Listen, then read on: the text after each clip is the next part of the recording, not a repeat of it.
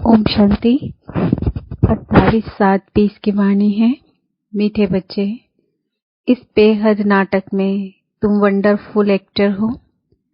यह अनादि नाटक है, इसमें कुछ भी बदली नहीं हो सकता। प्रश्न: बुद्धिवान दूरादेशी बच्चे ही किस गुह्य राज को समझ सकते हैं?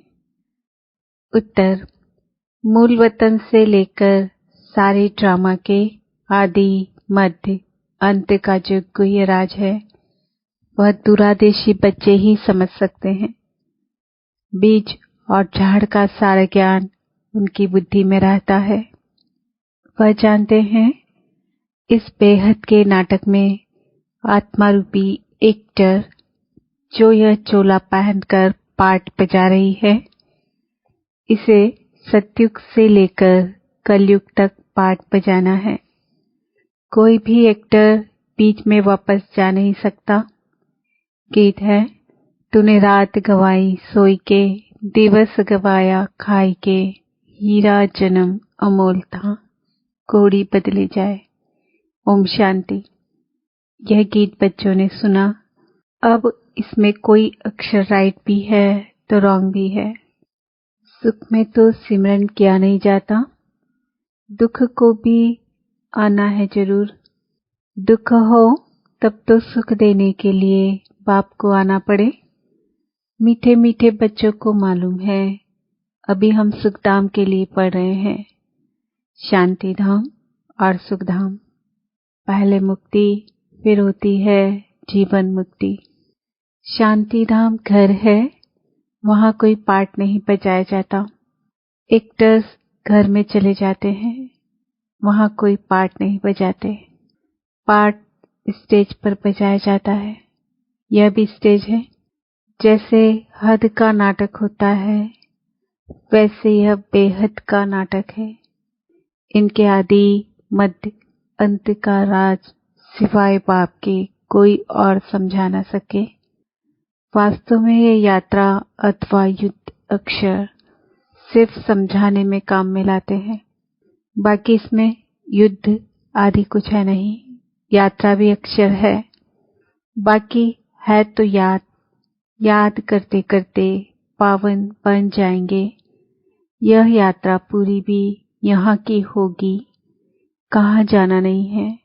बच्चों को समझाया जाता है पावन बनकर अपने घर जाना है। अपवित्र तो जा ना सके, अपने को आत्मा समझना है।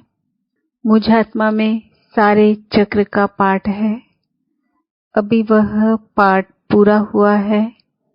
बाप राय देते हैं बहुत सहज, मुझे याद करो। बाकी बैठे तो यहाँ ही हो, कहाँ जाते नहीं हो। बाप आकर कहते हैं मुझे याद करो, तो तुम पावन बन जाएंगे। युद्ध कोई है नहीं। अपने को तमो प्रधान से सतो प्रधान बनाना है, माया पर जीत पानी है। बच्चे जानते हैं 84 का चक्र पूरा होना है। भारत सतो प्रधान था, उसमें जरूर मनुष्य ही होंगे। जमीन थोड़े ही बदलेगी। अभी तुम जानते हो हम सतो प्रधान थे, फिर तमो प्रधान बने, अब फिर सतो प्रधान बनना है। मनुष्य पुकारते भी हैं कि आकर हमको पतित से पावन बनाओ, परंतु वह कौन है, कैसे आते हैं, कुछ नहीं जानते। अभी पापा ने तुम्हें समझदार बनाया है। कितना ऊंच मर्तबा तुम पाते हो। वहां के गरीब भी बहुत ऊंच है यहाँ के साहूकारों से। पहले कितने भी बड़े बड़े राजाएं थे, धन बहुत था, परंतु है तो विकारी ना। इनसे वहां की साधारण प्रजा भी बहुत ऊंच बनती है। बाबा फर्क बतलाते हैं। रावण का परछाया आने से पतित बन जाते हैं। निर्विकारी देवताओं के आगे अपने को पतित कह माथा जाकर टेकते हैं। बाप यहाँ आते हैं तो फट से ऊंच चढ़ा देते हैं। सेकंड की बात है। अभी बाप ने तीसरा नेत्र दिया है ज्ञान का। तुम बच्चे दूरादेशी बन जाते हो। ऊपर मूल वतन से लेकर सारे ड्रामा का चक्र तुम्हारी बुद्धि में याद है। जैसे हद का ड्रामा देखकर फिर आए सुनाते हैं ना। क्या क्या देखा? बुद्धि में भरा हुआ है जो वर्णन करते हैं, आत्मा में भर कर आते हैं, फिर आकर डिलीवरी करते हैं। यह फिर है बेहद की बातें। तुम बच्चों की बुद्धि में इस बेहद ड्रामा के आदि मध्य अंत का राज रहना चाहिए, जो रिपीट होता रहता है। उस हर के नाटक में तो एक एक्टर निकल जाता है तो फिर बदले में दूसरा आ सकता है। कोई बीमार हुआ तो उनके बदले फिर दूसरा ऐड कर देंगे। यह तो चैतन्य ड्रामा है। इसमें जरा भी अदली बदली नहीं हो सकती। तुम बच्चे जानते हो हम आत्मा हैं। यह शरीर रूपी चोला है जो पहन कर हम बहुरूपी पाठ बजाते हैं। नाम रूप देश फीचर्स बदलते जाते हैं। एक्टर्स को अपनी एक्ट का तो मालूम होता है ना। बाप बच्चों को यह चक्र का राज तो समझाते रहते हैं। सतयुग से लेकर कलयुग तक आते हैं, फिर जाते हैं, फिर नए सिर आकर पाठ बजाते हैं। इनकी डिटेल समझाने में टाइम लगता है। बीज में भल नॉलेज है, फिर भी समझाने में टाइम तो लगता है ना। तुम्हारी बुद्धि में सारा बीज और झाड़ का राज है। सो भी जो अच्छे बुद्धिमान हैं वही समझते हैं कि इसका बीज ऊपर में है। इनकी उत्पत्ति, पालना और संहार कैसे होता है, इसलिए त्रिमूर्ति भी दिखाया है। यह समझाने जो बाप देते हैं और कोई भी मनुष्य दे ना सके। जब यहाँ आए तब पता पड़े, इसलिए तुम सबको कहते हो यहाँ आकर समझो। कोई कोई बहुत कट्टर होते हैं तो कहते हैं हमको कुछ सुनना नहीं है। कोई तो फिर सुनते भी हैं, कोई लिटरेचर लेते हैं, कोई नहीं लेते हैं। तुम्हारी बुद्धि अभी कितनी विशाल दूरादेशी हो गई है। तीनों लोकों को तुम जानते हो। मूल वतन जिसको निराकारी दुनिया कहा जाता है, बाकी सूक्ष्म वतन का कुछ भी है नहीं। कनेक्शन सारा है मूल वतन और स्थूल वतन से। बाकी सूक्ष्म वतन तो थोड़ा टाइम के लिए है। बाकी आत्माएं सब ऊपर से यहाँ आती है पाठ बजाने। यह झाड़ सब धर्मों का नंबरवार है।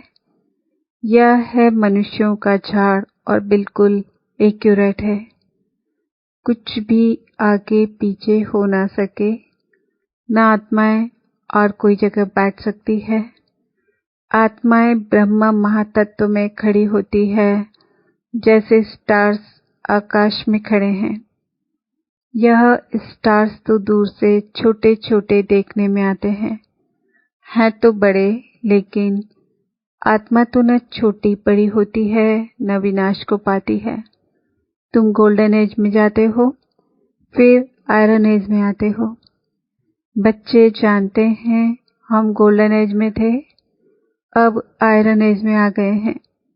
कोई वैल्यू नहीं रही है। भल माया की चमक कितनी भी है, परंतु यह है रावण की गोल्डन एज, वह है ईश्वरीय गोल्डन एज। मनुष्य कहते रहते हैं 6-7 वर्षों में इतना अनाज होगा, जो बात मत पूछो। देखो उन्हों का प्लान क्या है और तुम बच्चों का प्लान क्या है।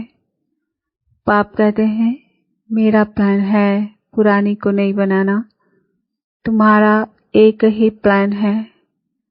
जानते हो बाप की श्रीमत से हम अपना वर्षा ले रहे हैं। बाबा रास्ता बताते हैं, श्रीमत देते हैं। याद में रहने की मत देते हैं। मत अक्षर तो है ना, संस्कृत अक्षर तो बाप नहीं बोलते हैं, बाप तो हिंदी में ही समझाते रहते हैं। भाषाएं तो ढेर है ना, इंटरप्रेटर भी होते हैं जो सुनकर फिर सुनाते हैं। हिंदी और इंग्लिश तो बहुत जानते हैं, पढ़ते हैं। बाकी माताएं घर में रहने वाली इतना नहीं पढ़ती है। आजकल विलायत में अंग्रेजी सीखते हैं तो फिर यहाँ आने से भी इंग्लिश बोलते रहते हैं, हिंदी बोल ही नहीं सकते। घर में आते हैं तो माँ से इंग्लिश में बात करने लग पड़ते हैं।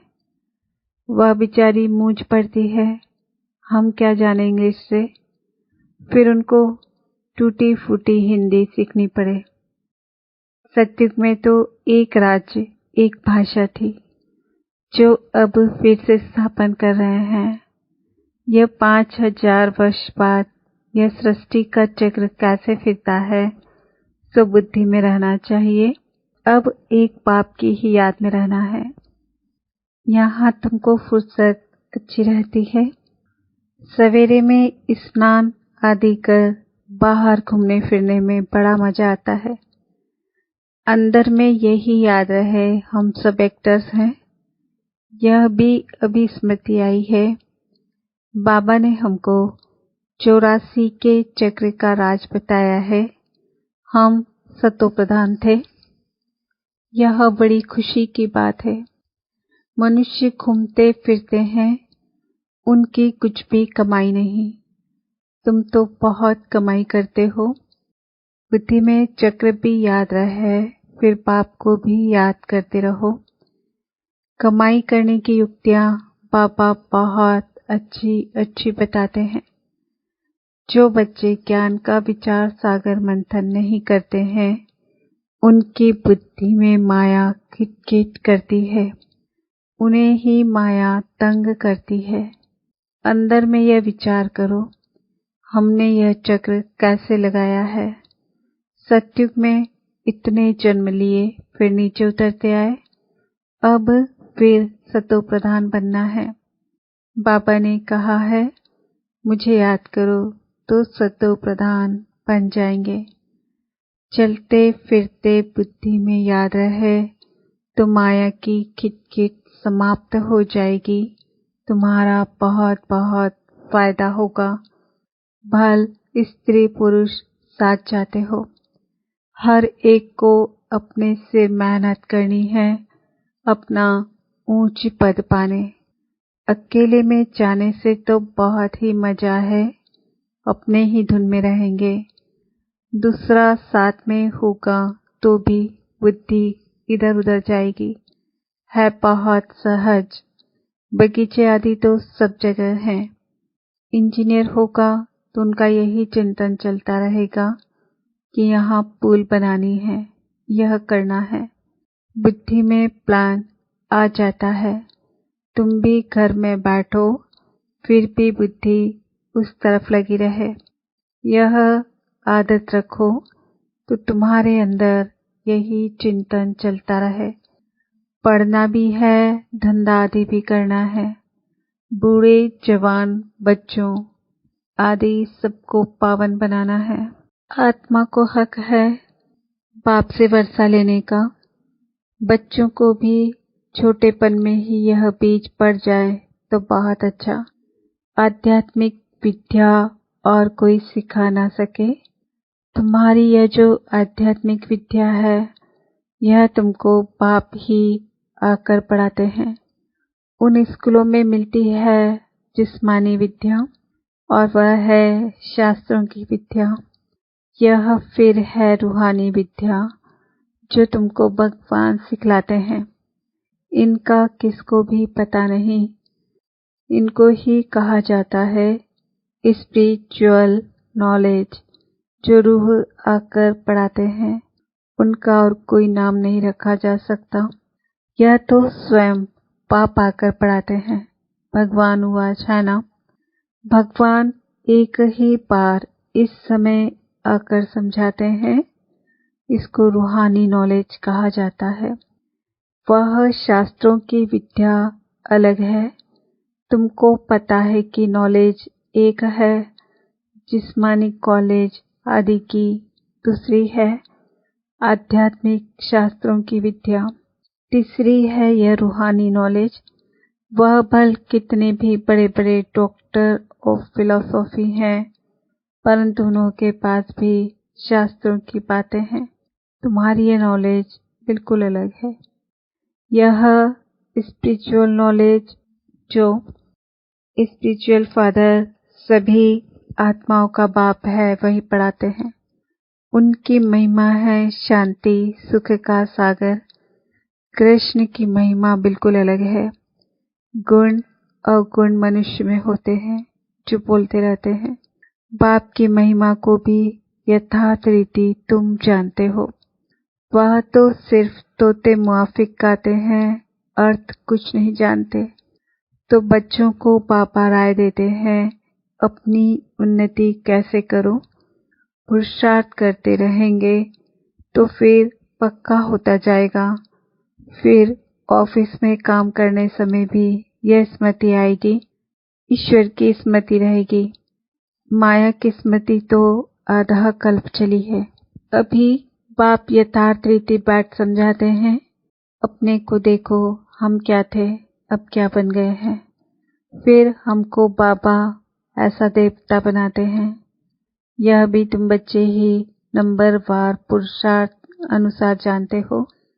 पहले पहले भारत ही था, भारत में ही बाप भी आते हैं पाठ बजाने। तुम भी आदि सनातन देवी देवता धर्म के हो ना। तुमको पवित्र बनना है, नहीं तो पिछाड़ी में आएंगे, फिर क्या सुख पाएंगे। भक्ति जास्ती नहीं की होगी तो आएंगे नहीं। समझ जाएंगे यह इतना उठाने वाला नहीं है। समझ तो सकते हैं ना, बहुत मेहनत करते हैं, फिर भी कोई बिरले निकलते हैं। लेकिन थकना नहीं है, मेहनत तो करनी है। मेहनत बिगर कुछ मिलता थोड़ी ही है। प्रजा तो बनती रहती है। बाबा बच्चों को उन्नति के लिए युक्ति बताते हैं। बच्चे अपनी उन्नति करनी है तो सवेरे सवेरे स्नान आदि कर एकांत में जाकर चक्र लगाओ व बैठ जाओ। तंदुरुस्ती के लिए पैदल करना भी अच्छा है। बाबा भी याद पड़ेगा और ड्रामा का राज भी बुद्धि में रहेगा। कितनी कमाई है, यह है सच्ची कमाई। वह कमाई पूरी हुई, फिर इस कमाई का चिंतन करो। डिफिकल्ट कुछ भी नहीं है। बाबा का देखा हुआ है, सारी जीवन कहानी लिखते हैं। आज इतने बजे उठा, फिर यह किया। समझते हैं पिछाड़ी वाले पढ़कर सीखेंगे। बड़े बड़े मनुष्यों की बायोग्राफी पढ़ते हैं ना, बच्चों के लिए लिखते हैं। फिर बच्चे भी घर में ऐसे अच्छे स्वभाव के होते हैं। अभी तुम बच्चों को पुरुषार्थ कर सतो प्रधान बनना है। सतो प्रधान दुनिया का फिर से राज्य लेना है। तुम जानते हो कल्प कल्प हम राज्य लेते हैं और फिर गंवाते हैं। तुम्हारी बुद्धि में ये सब है। यह है नई दुनिया, नए धर्म के लिए नई नॉलेज। इसलिए मीठे मीठे बच्चों को फिर भी समझाने देते हैं, जल्दी जल्दी पुरुषार्थ करो। शरीर पर भरोसा थोड़ी है। आजकल मौत बहुत इजी हो गया है। वहाँ अमरलोक में ऐसी मृत्यु कब होती नहीं। यहाँ तो बैठे बैठे कैसे मर जाते हैं। इसलिए अपना पुरुषार्थ करते रहो, जमा करते रहो। अच्छा, मीठे मीठे सिकिलदे बच्चों प्रति माता पिता बाप दादा का याद प्यार और गुड मॉर्निंग। रूहानी बाप की रूहानी बच्चों को नमस्ते। हम रूहानी बच्चों की रूहानी बाप दादा को याद प्यार गुड मॉर्निंग नमस्ते ओम शांति। धारणा के लिए मुख्य सार, बुद्धि को ज्ञान चिंतन में बिजी रखने की आदत डालनी है। जब भी समय मिले एकांत में जाकर विचार सागर मंथन करना है। बाप को याद कर सच्ची कमाई जमा करनी है। दूरादेशी बनकर इस बेहद के नाटक को यथार्थ रीति समझना है।